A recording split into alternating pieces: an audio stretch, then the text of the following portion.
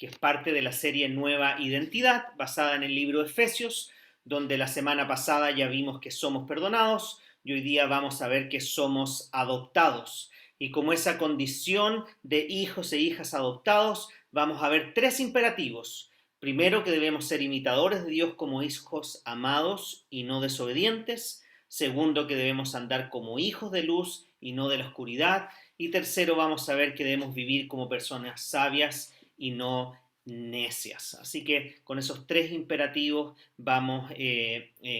a estructurar la palabra hoy día, que se encuentra en Efesios 5 del 1 al 20. Y para introducir el tema de hoy, me gustaría comentarles un par de historias que son verídicas de hombres y mujeres de fe que inspiraron películas de Hollywood, pero que lamentablemente las películas de Hollywood no lograron captar fielmente la motivación o el trasfondo cristiano de las decisiones que tomaron estos personajes. Y la primera historia o película es la que se traduce como El lado ciego o Un sueño imposible, en inglés es The Blind Side,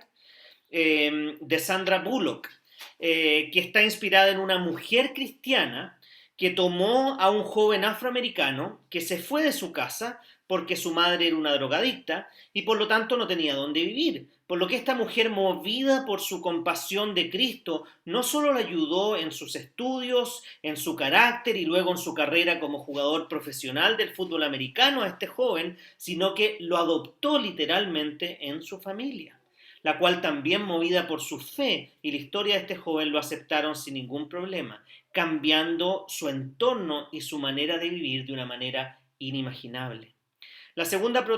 película o historia trasfondo es la que protagonizó Samuel L. Jackson, llamada El entrenador Carter, o también traducida como Juego de Honor, que cuenta la historia de un hombre cristiano que nació y se crió en una población muy pobre en Estados Unidos y que después de triunfar en el básquetbol amateur, lo que le permitió salir de la pobreza, él volvió a su ciudad natal para entrenar a jóvenes que no tenían mucho futuro ni esperanza. Pero él, movido por su fe en Cristo, su dedicación y su compasión por estos jóvenes, no solo los convertiría en grandes deportistas, sino que en grandes estudiantes, lo que les daría la posibilidad también de poder cambiar su contexto y entrar a la universidad y mantenerse en esta, debido a que este entrenador los apadrinó, los disciplinó con fe y conocimiento a cada uno de estos jóvenes rebeldes.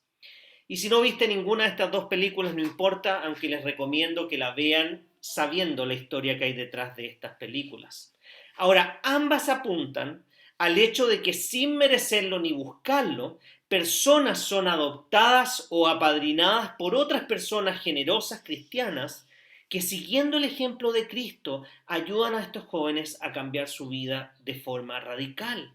lo cual refleja parcialmente lo que Dios hizo con nosotros, quien, debido a su inmensa generosidad, envió a su Hijo a vivir, morir y resucitar para adoptarnos en su familia y así generar un cambio radical en nuestras vidas, en un proceso que sabemos que comenzó, guiará y será terminado por Jesucristo. Por lo tanto, me gustaría, a la luz de todo esto, dejarlos con una pregunta. ¿Estoy viviendo realmente honrando al Dios que me adoptó inmerecidamente como su hijo e hija? ¿Estoy viviendo realmente honrando al Dios que me adoptó inmerecidamente como su hijo o su hija? Vamos a orar para que el Señor sea guiando la palabra de hoy. Padre amado, queremos darte gracias, Señor, porque hoy día muchos de los que estamos acá tenemos la seguridad y la certeza que somos hijos e hijas tuyas. No por algo que hayamos hecho, no por algún mérito o alguna condición personal que tengamos, sino simplemente por el hecho de que tú, en tu gracia y misericordia, decidiste adoptarnos para ser parte de tu familia. Así que ayúdanos, Señor, hoy día en agradecimiento a esa verdad, a poder aprender cómo tenemos que vivir como verdaderos herederos y como personas que reflejen esta nueva familia a la cual representamos, de la cual tú eres nuestro Padre Celestial y Jesucristo es nuestro hermano mayor, nuestro Señor, que por medio del Espíritu Santo nos permite tener esta unidad familiar en la cual debemos vivir de una manera digna de la decisión que tú tomaste de adoptarnos, Señor. Así que Padre, habla a nuestro corazón, te lo pido en el nombre de Jesús. Amén. Bien, entonces les voy a pedir que abran sus Biblias en Efesios capítulo 5 y primero veremos los primeros 6 versículos que nos van a hablar justamente de este primer imperativo: sean imitadores de Dios como hijos amados y no desobedientes. Miren lo que dice el versículo 1 al 6, leo de la Nueva Biblia de las Américas, que dice: sean pues imitadores de Dios como hijos amados, y anden en amor, así como también Cristo les amó, y se dio a sí mismo por nosotros ofrenda y sacrificio a Dios, como fragante aroma. Pero que la inmoralidad y toda impureza o avaricia ni siquiera sean mencionadas entre ustedes, como corresponde a los santos. Tampoco hay obscenidades, ni necedades, ni groserías que no son apropiadas, sino más bien acciones de gracia. Porque con certeza ustedes saben que ningún inmoral, impuro o avaro que es idólatra tiene herencia en el reino de Cristo y de Dios. Que nadie los engañe con palabras vanas, pues por causa de estas cosas la ira de Dios viene sobre los hijos de desobediencia.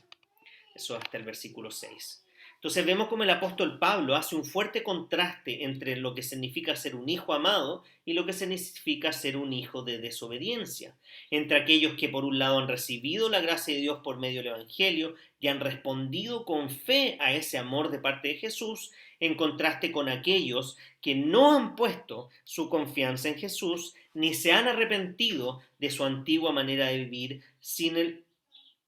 él, persistiendo en su idolatría. Por lo tanto, apunta a personas que no han respondido en amor, sino más bien en rebeldía y desobediencia. En resumen, versículo 1, unos están bajo el amor de Dios y otros, versículo 6, están bajo la ira de Dios, lo cual refleja las únicas dos posibilidades de respuesta al llamado del Evangelio, a estas buenas noticias para aquel que en amor se arrepiente de su rebeldía contra Dios, pero también las malas noticias del Evangelio a aquel que no está dispuesto a rendirse al Dios del universo, ni amarlo, ni honrarlo como Él se lo merece. Ahora, la diferencia entre uno y otro no está en algo que hayamos hecho o que hayamos logrado de manera personal, sino en el amor y la misericordia de Dios reflejado en la obra perfecta de Cristo, que permite a aquel que ha sido adoptado por Dios de poder responder en fe y en amor al Evangelio que Pablo nos describe en el versículo 2, el cual nos llama a amar como Cristo nos amó, siendo imitadores de Dios, al seguir el ejemplo de entrega total por parte de Cristo, lo que lo llevó incluso a él a sacrificarse dando su vida en una de las muertes más terribles de su tiempo, como fue morir en la cruz, para que nosotros no recibiéramos las consecuencias de nuestra rebelión contra Dios. Somos nosotros quienes deberíamos haber recibido justamente y sin derecho a apelación alguna la muerte en la cruz, ya que somos culpables de nuestra desobediencia y rebeldía contra Dios. Pero es por causa del Evangelio que podemos dejar de ser hijos de desobediencia para pasar a ser hijos amados, tal como nos dice el mismo apóstol Pablo en Romanos capítulo 5, versículo 8, y es un pasaje que lo he repetido muchas veces, pero que es clave, en que Dios muestra su amor con nosotros, en que siendo aún pecadores, o a pesar de que somos pecadores, Cristo murió por nosotros. Por lo tanto, el llamado es a comportarnos como hijos amados en respuesta a este Evangelio, por medio del cual Cristo comienza una transformación radical en nosotros, que nos permite honrar y servir a este Dios en vez de seguir nuestros deseos naturalmente inmorales, impuros y avaros, que van en contra de la voluntad de Dios. Entonces lo que Pablo nos está diciendo es que si buscamos ser imitadores de Dios y si buscamos ser reflejo de su amor en Cristo, debemos cumplir su voluntad en todas las áreas de nuestra vida. Por ejemplo, en nuestra sexualidad, en nuestras finanzas, en nuestro carácter, en nuestra moralidad, etc.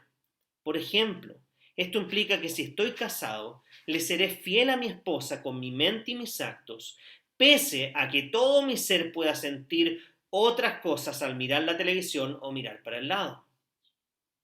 Quiere decir que si estoy soltero, buscaré mantenerme virgen en mi mente y mis actos antes del matrimonio, como Dios nos llama, y si no lo he hecho, me arrepentiré sinceramente para que desde ese minuto comience a buscar serle fiel a Él en esta área de ahí en adelante hasta no el matrimonio. Por otra parte, si he entendido que todo lo que tengo es porque Dios me lo ha permitido tener con el trabajo que Él me da, entonces dejaré de ser egoísta con mis cosas, con mi tiempo y con mi recurso, para ahora comenzar a dar generosamente a aquellos que estén en mayor necesidad, a dedicar tiempo a ayudar a los demás, estando dispuesto al menos a despojarme de las cosas que otros necesitan y yo ya no uso, entendiendo que esto no lo hacemos solo para sentirnos bien, o para que otros admiren lo que haga, o para paliar la culpa, o para que Dios me ame más, sino que es una respuesta al amor que ya he recibido y sigo recibiendo de parte de Dios por medio de Cristo, de forma inmerecida. Por otra parte, si he sido adoptado por Dios y ahora soy representante de su familia, la forma en la que hablo debe cambiar, en el sentido que mis intereses no deberían estar centrados en cosas superficiales que puedan generarme quizás placeres egoístas, sino que debería interesarme más y por ende mis palabras deberían enfocarse en cómo ser de bendición y edificación para los demás, partiendo por mi familia, cómo le estoy hablando a ellos. Así dejar de lado las absurdas conversaciones que muchas veces he escuchado en esta ciudad de quién tiene más o quién tiene lo mejor en términos materiales, o las tristes conversaciones de la cintura para abajo que tienden a denigrar a las mujeres y también a los hombres, reduciéndolos a menos que hijas e hijas de Dios, lo cual, si somos honestos, no nos gustaría que nadie hablara así de nuestros hijos y de nuestras hijas.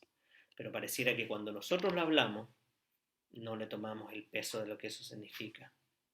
Ahora, lo que está en juego entre ser un hijo amado y ser un hijo de desobediencia no es algo trivial ni superficial, ya que fíjense en lo que dice el versículo 5 y 6.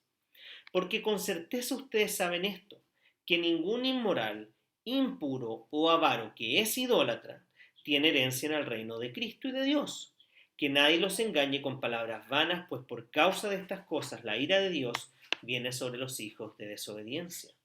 Y lo que Pablo está diciendo en resumen es que si tú permaneces en rebeldía y desobediencia constante contra Dios de forma idólatra, es decir, poniendo todo lo demás primero y desplazando a Dios de su lugar, dejándote esclavizar por cosas como el poder, el dinero y el sexo de manera pecaminosa, y sin un verdadero arrepentimiento, no puedes esperar que tú seas parte de la familia de Dios o que seas heredero de las promesas, las cuales parecieran no importarte, pareciera que no son parte de tu vida, lo que implica que no es tu Dios, ya que no estás dispuesto ni a seguirlo ni a confiar en Él. Por lo que a ellos, nos dice el apóstol Pablo, les espera la ira de Dios, que implica una vida de tormento eternamente lejos de la presencia de Dios. Ahora quiero ser muy claro que el Evangelio, el llamado del Evangelio, no es por el miedo a las consecuencias de lo que te pueda pasar, sino a estar dispuesto a ser adoptado y recibido en la familia de Dios por medio de la fe en Cristo. Tampoco el llamado al Evangelio es por los beneficios que puedas tener al entrar en este, sino que el genuino llamado del Evangelio es a responder y honrar y confiar en el único que es digno de toda honra y gloria en todo el universo, lo cual debería ser suficiente motivación para nosotros. Por supuesto que no podemos negar que Dios también es digno de ser temido, debido a que todo el mundo y nuestras vidas están en sus manos. Pero también la Biblia nos dice que Él es tardo para la ira y grande en amor y misericordia. Lo que debería movernos a que aquellos que hemos experimentado el amor de Dios, a que vivamos con un corazón lleno de agradecimiento y amor, que desee vivir de la forma que Él nos llama a vivir, que es lo mejor que podemos hacer, asegurándonos de esa forma una vida no exenta de sufrimientos, pero sí con la promesa de poder vivirlos con esperanza, con contentamiento, sabiendo que nos espera algo mucho más grande y glorioso, ya que somos coherederos con Cristo de la familia de Dios, como ya nos ha dicho el apóstol Pablo. Lo que me lleva al segundo imperativo: anden como hijos de luz y no de la oscuridad. Fíjense lo que dicen los versículos 7 al 14 de Efesios 5. Versículo 7 dice: por tanto no sean partícipes con ellos, porque antes ustedes eran tiniebla, pero ahora son luz en el Señor. Anden como hijos de luz, porque el fruto de la luz consiste en toda bondad, justicia y verdad. Examinen qué es lo que le agrada al Señor y no participen en las obras estériles de las tinieblas, sino más bien desenmascárenlas. Porque es vergonzoso aún hablar de las cosas que ellos hacen en secreto. Pero todas las cosas se hacen visibles cuando son expuestas por la luz. Por esta razón dice: despierta tú que duermes, y levántate entre los muertos, y te alumbrará Cristo. Entonces ya nos dijo el apóstol Pablo que debemos vivir como hijos amados y no desobedientes ante Dios. Y ahora nos dice que debemos andar o vivir como hijos de luz y no de oscuridad.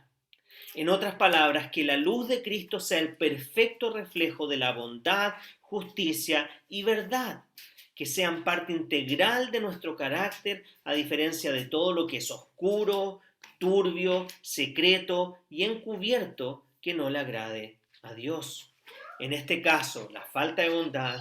la injusticia y la mentira. Y la razón por la cual debemos buscar estas virtudes, la bondad, la justicia y la verdad, es porque son características que provienen del carácter de Dios mismo, al cual estamos llamados a imitar. Por eso podemos decir que un hijo de la luz ha sido iluminado por Cristo en la verdad de su palabra.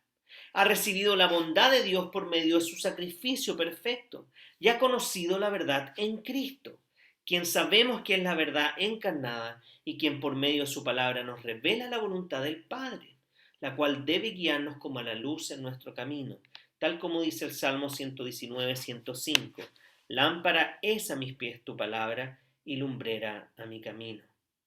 Y es exactamente la luz de la palabra de Dios, que es a la luz de la palabra de Dios que las mentiras son desenmascaradas, porque ¿cómo voy a conocer una mentira si no sé la verdad? Es a través de la palabra de Dios que la injusticia es revelada y que todo lo secreto que no agrada a Dios sale a la luz a su tiempo. Y sabemos y hemos escuchado el dicho que la justicia, aunque tarda, llega, y sabemos que la justicia de Dios va a llegar en algún minuto a todos aquellos que vivan de esta manera. Por lo que no debemos olvidar que estamos llamados a ser luz en el mundo, lo que implica traer luz en medio de este mundo oscuro que es cada vez más tenebroso, misterioso y distorsionado, pero que no se puede ocultar a la luz del Evangelio de Cristo y de su palabra. Porque cuando somos confrontados a la luz de Cristo, vemos la oscuridad que hay en nuestros corazones, lo cual nos lleva a rendirnos delante de Él, porque es su luz la única que puede llegar a todos los rincones de nuestro corazón, que muchas veces está teñido por la oscuridad. Por eso el apóstol dice: despiértate, tú que duermes, levántate de entre los muertos y te alumbrará Cristo. Ya que en la Biblia, si no estás en Cristo, estás muerto. Y en el único que puedes encontrar una vida plena y eterna es en Jesús. En otras palabras, Pablo nos dice: despiértate tú que eres un muerto andante o un zombie si quieres, y comienza a vivir bajo la guía y la luz de Cristo por medio de su palabra. Por lo que déjame preguntarte, ¿sientes que durante el 2020 te has quedado dormido en la fe? ¿Has dejado que la oscuridad opaque la luz de Cristo en tu interior? ¿Has perdido el rumbo al no seguir la guía de Dios en su palabra, sino más bien te has centrado en las circunstancias de nuestro actual contexto? Ahora, si es así, la buena noticia es que aún estás a tiempo de arrepentirte y de cambiar, lo que me lleva al último imperativo de esta sección y la parte final, que es: vivan como personas sabias y no necias. Fíjense en los versículos 15 al 20 que dicen: por tanto, tengan cuidado como anden, no como insensatos, sino como sabios, aprovechando bien el tiempo porque los días son malos. Así pues, no sean necios, sino entendidos cuál es la voluntad del Señor. Y no se embriaguen con vino en el cual hay disolución, sino sean llenos del Espíritu. Hablen entre ustedes con salmos, himnos y cantos espirituales, cantando y alabando con su corazón al Señor. Den siempre gracias por todo en el nombre de nuestro Señor Jesucristo, a Dios el Padre. Amén. Entonces, en resumen, Pablo nos ha dicho que debemos vivir como hijos amados y no como hijos de desobediencia, que debemos vivir como hijos iluminados en Cristo y no como hijos de oscuridad, en contraste con todos aquellos que permanecen en rebeldía y oscuridad. Pero ahora nos dirá que debemos andar como sabios y no como necios, partiendo de la base que la sabiduría en la Biblia o aquel que es sabio es aquel que está dispuesto a temer y honrar, el temer en sentido de respeto, de honrar y respetar al Señor con todo su ser, y por lo tanto desea conocer y vivir haciendo su voluntad. Eso es sabio en la Biblia. Entonces Pablo nos dirá que alguien sabio es quien hace tres cosas, y con esto voy terminando. Primero, es alguien que aprovecha bien el tiempo. En otras palabras, es un buen administrador del tiempo que Dios le da para usarlo en lo que Él nos ha llamado a priorizar y no lo que este mundo te impone como prioridad. Por ejemplo, este mundo te pone en contraste familia versus trabajo, comunidad de fe versus el partido de fútbol del domingo, el servicio al prójimo versus la serie o la teleserie,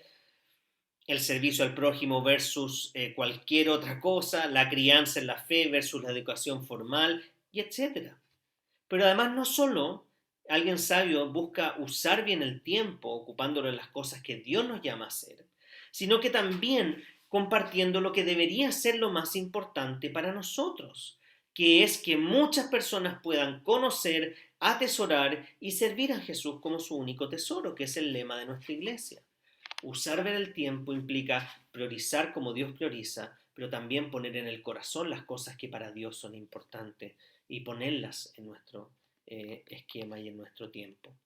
Muy brevemente un testimonio, mi hermano antes de casarme me dijo, Esteban, creo que necesitas ir al gimnasio.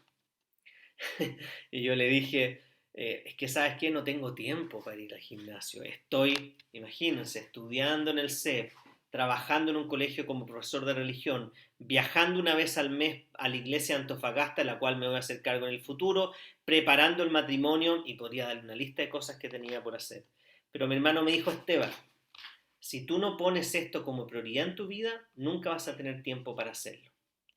Y la verdad es que en ese año pude hacer todas las cosas que tenía pensado, sumado el ir al gimnasio todos los días, lo cual claramente no he hecho ahora, pero que debería retomar para tener una vida saludable. ¿Por qué puse este ejemplo? Porque creo que es clave eso. Para usar bien el tiempo tengo que tener mis prioridades de manera correcta. Porque si no tengo las cosas que son para Dios importantes como prioridad, nunca tendré el tiempo para hacerlo. Segundo que dijimos, usar bien el tiempo implica ser llenos del Espíritu Santo y no embriagarnos con alcohol. En otras palabras, alguien que deja el control de su vida para el Espíritu Santo por medio de la Biblia y no que deja el control de su vida en algo externo que nos puede esclavizar o hacer adictos como por ejemplo el alcohol. Eso es un hombre sabio. Ahora, esto no quiere decir que no podamos beber alcohol, pero sí debemos hacerlo con dominio propio y no siendo de tropiezo para otros, al fomentar que se dejen controlar por algo externo, en este caso el alcohol, que nos puede esclavizar. Por lo tanto, nos está poniendo en contraste el ser llenos del Espíritu Santo, es decir, ceder el control de toda nuestra vida a Él por medio de su palabra, versus ceder el control a algo externo que nos va a dominar no necesariamente para nuestro bien, como por ejemplo en este caso el alcohol. Y tercero y último, que debería reflejar la vida de un hombre sabio y no un hombre necio, y hombre genérico, mujer o hombre sabio o necio, es animarnos por medio de la palabra de Dios. Ya que la palabra de Dios debe ser compartida, conversada, cantada, predicada, aprendida, recitada, memorizada, debería salirnos por los poros. En otras palabras, que la escritura sea en el centro de nuestras conversaciones, de nuestras acciones y de toda nuestra vida personal, comunitaria y como iglesia, para que por medio de esta tengamos un corazón agradecido y generoso delante del Señor que nos permita poner a los demás antes que a uno y a Dios antes que los dos anteriores. Y con esto no me refiero a que dejemos de lado familiares por actividades de la iglesia, sino que nuestra relación más importante sea de ahora en adelante primero con Dios y que de ella fluyan todas las demás relaciones. Todo lo cual solo es posible por medio del Evangelio de Cristo, a través de la cual nuestras vidas están siendo transformadas para vivir como sabios y no como necios que reconocen a Dios en su vida. Vivir iluminados por Cristo y su palabra para que ésta forme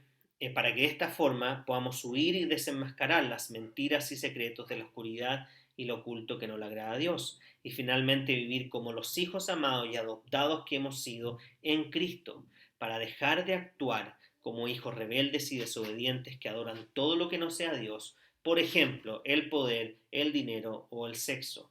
definiendo de esa forma su identidad en cosas a diferencia de definirla en lo único y el único que vale la pena, que es nuestro Dios verdadero,